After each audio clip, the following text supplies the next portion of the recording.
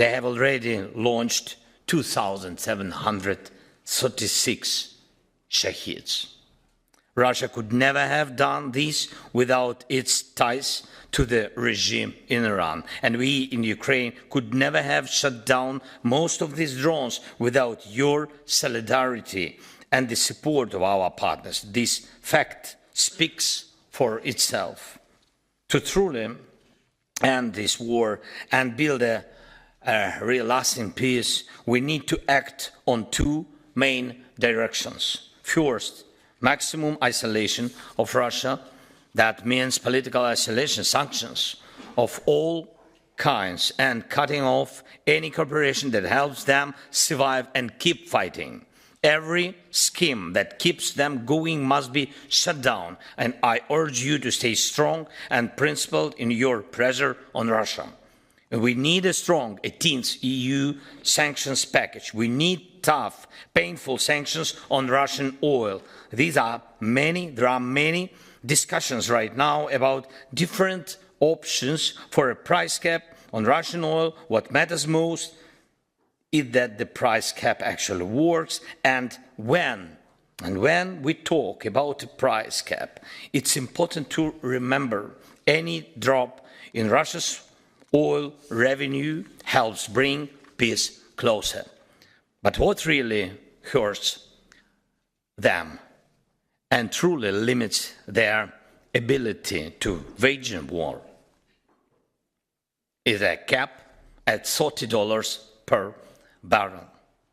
The world needs to reach this level, not only to help stop Russia's war against us, but also to prevent any future military operations Russia might launch against Europe and the allies. War plans must become deadly expensive for Russia. We need to truly block their tanker fleet and cut them off from international banking. That is what works. And the second direction, stability in defense support. I urge you to back all long-term programs of support and cooperation with us, with Ukraine. Russia must see that Ukraine will not be left alone and that Europe will not back down. And I thank the Netherlands for the new and very important defense package, especially the support for Ukraine's own weapons production. And it's vital to support the need for other European countries to raise their defense spending. Russia is stronger than any one of us alone, but it is weaker than all of us together. That's how Putin thinks in terms of potential, his own potential, and the potential of those he sees as targets or rivals. And if Russia sees that Europe's combined strength leaves it no chance for aggression, there will be no aggression. If Russia feels that we are striking back hard, painfully, then peace will become the most popular topic in Moscow. And we will get there together. Together we will get there. Knowing how Putin thinks, knowing how Russia wages war, and acting in ways that truly limit them and make it painful for them, we will bring peace closer. Let's get this job done. Let this war be warning to prevent a much bigger one. Russia must be forced into peace. Thank you for standing with us. Thank you, Netherlands. Slava Ukraini. Thank you. Thank you so much.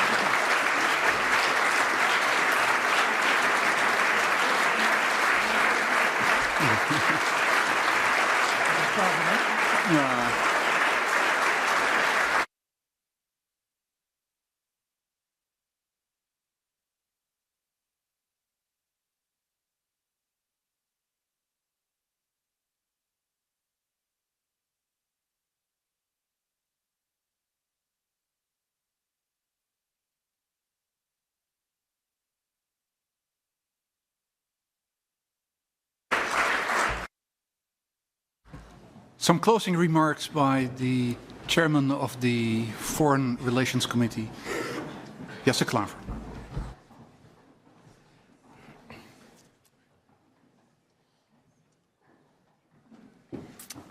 Thank you. President Zelensky, thank you for those impressive and moving words. Thank you for coming here in person to convey to us what the people of your country are experiencing on a daily basis as a result of the Russian aggression. We live in turbulent times, and sometimes it seems as if there are so many developments in international politics that the news media can hardly keep up with it all.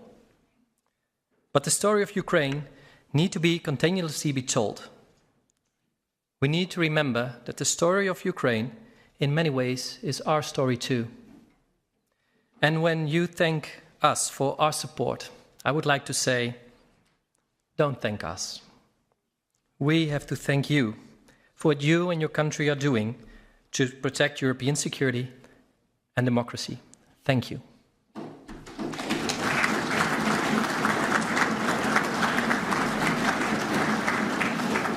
Mr. President, by inviting you to meet with us today on the margins of the NATO summit taking place in the Netherlands, the Foreign Affairs Committee of this House want to express the strong bilateral ties between our countries that fit into the wider security architecture of the Euro-Atlantic region. And I venture to say that since the first time you addressed us in those grim days of March 2022, the bonds between our countries and between our parliaments, the Staten-Generaal and the Verkhovna Rada, have grown deeper. Since your first speech here, many members of this Parliament have visited Ukraine. Members from our Foreign Affairs Committee have visited Bucha and heard about the crimes from local citizens firsthand. We visited Irpin and stood on the ruins of destroyed apartment buildings. We visited the Verkhovna Rada and saw under what circumstances our colleagues have to conduct their meetings. We visited Chernihiv and saw the bombed local theater. We saw a power plant near Kiev that have been damaged by Russian missiles. Some of us even visit areas closer to the front. And in March of this year, I visited you in your presidential palace in Kiev with a European delegation of chairs of foreign affairs committees. And we had an impressive conversation there with you on the 3rd anniversary of Russia's full-scale invasion in your country. Mr. President, our invitation to you today and our multiple visits to your country in the past years, and most important, our repeated votes in this House to continue financial and military support to Ukraine, this all shows a broad commitment in this Parliament to your defense against Russian aggression. And we hope that you have felt some of that commitment today. So thanks again. Thank you for coming here. And thank you for continuously defending our common European values. And we wish you fruitful meetings here in The Hague the coming days and safe travels when you return to Kiev. Slava Ukraini.